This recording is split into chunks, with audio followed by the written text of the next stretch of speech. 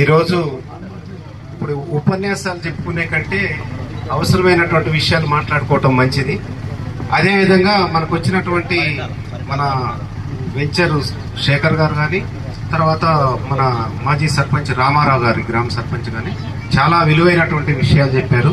మాకంటే ఎక్కువ కూడా దీని మీద అనుభవం ఉండి ఈ ప్రాంతం మీద ఉన్నటువంటి వాళ్ళు చెప్పారు. కాబట్టి నేను కూడా ఎక్కువగా వినిపించను, పైగా భోజనం టైం అవుతుంది కొంచెం, కాబట్టి దాంట్లో మీ మైండ్ కూడా అంత మంచిగా ఉండకపోవచ్చు. అయితే నేను వాస్తవంగా దీంట్లోకి రావటం కొత్త.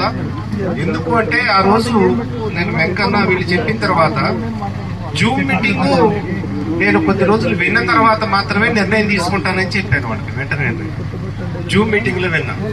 జూమ్ మీటింగ్ లో శ్రీనివాస్ నాయుడు గారు, రోహిత్ గారు, వీళ్ళు రోహిత్ గారు కాన్సెప్ట్ చెప్పేవారు, శ్రీనివాస్ నాయుడు గారు ఈ ఫౌండర్, దీనికి సంబంధించినటువంటి సంస్థకు సంబంధించినటువంటి ఏ పరిస్థితుల్లో దీన్ని ఈ సంస్థని నిర్మాణం చేయాల్సి వచ్చింది అనేటటువంటి విషయాలు చెప్పారు. అది విన్న తర్వాత మొత్తం అర్థమైంది. అంటే బయట ఉన్నటువంటి పరిస్థితి కొన్ని తెలుసు, ఆ తర్వాత నేను తెలుసుకున్నాను. అయితే చాలా డిఫరెన్స్ గా ఉంది. ఈ కాన్సెప్టే డిఫరెన్స్.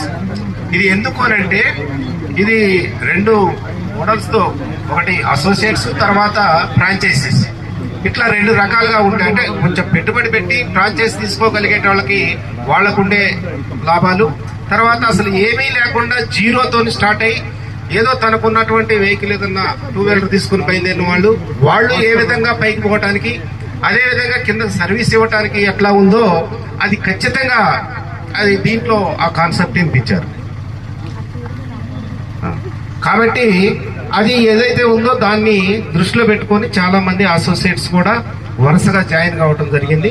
నేను కూడా ఫస్ట్ జాయిన్ అయ్యి అందరిని కూడా ఇది ప్రోగ్రామ్ గా తీసుకుని ఒక టీమ్ గా తిరిగి అసోసియేట్స్ జాయిన్ చేశాం. చేసేటప్పుడు రకరకాల అనుభవాలు వచ్చాయి. అంటే ఫస్ట్ ప్రారంభంలోనే దీన్ని ఇంతకు ముందు పనిచేసేటటువంటి వాళ్ళు ఎవరైతే ఉన్నారో దీన్ని ఎలా నీరుగార్చాలనేది ఇది మనం దీంతోనే ప్రారంభంతోనే వ్యతిరేక ప్రచారం ప్రారంభమైంది మన వెనకాలే. అయితే అది అక్కడక్కడ మనకు తెలిసిన వాళ్ళు కాబట్టి ఫోన్ల ద్వారా తర్వాత కలిసినప్పుడు మన నోటీస్ తీసుకొచ్చారు, ఇట్లా జరుగుతుందండి, ఇది ఇట్లా అనుకుంటున్నారు ఇది అన్నప్పుడు దానికి మనం తగినటువంటి క్లారిటీ ఇచ్చాం. ఇచ్చిన తర్వాత వాళ్ళకు కూడా సందేహాలన్నీ పోయాయి. ఎందుకనంటే మేము ఇప్పుడు మన చంద్రశేఖర్ గారు వచ్చాను, మొట్టమొదటిసారి చంద్రశేఖర్ గారి దగ్గరికి ఈ వెంచర్ మాట్లాడటానికి వెళ్ళినప్పుడు కూడా నేను వెళ్ళాను.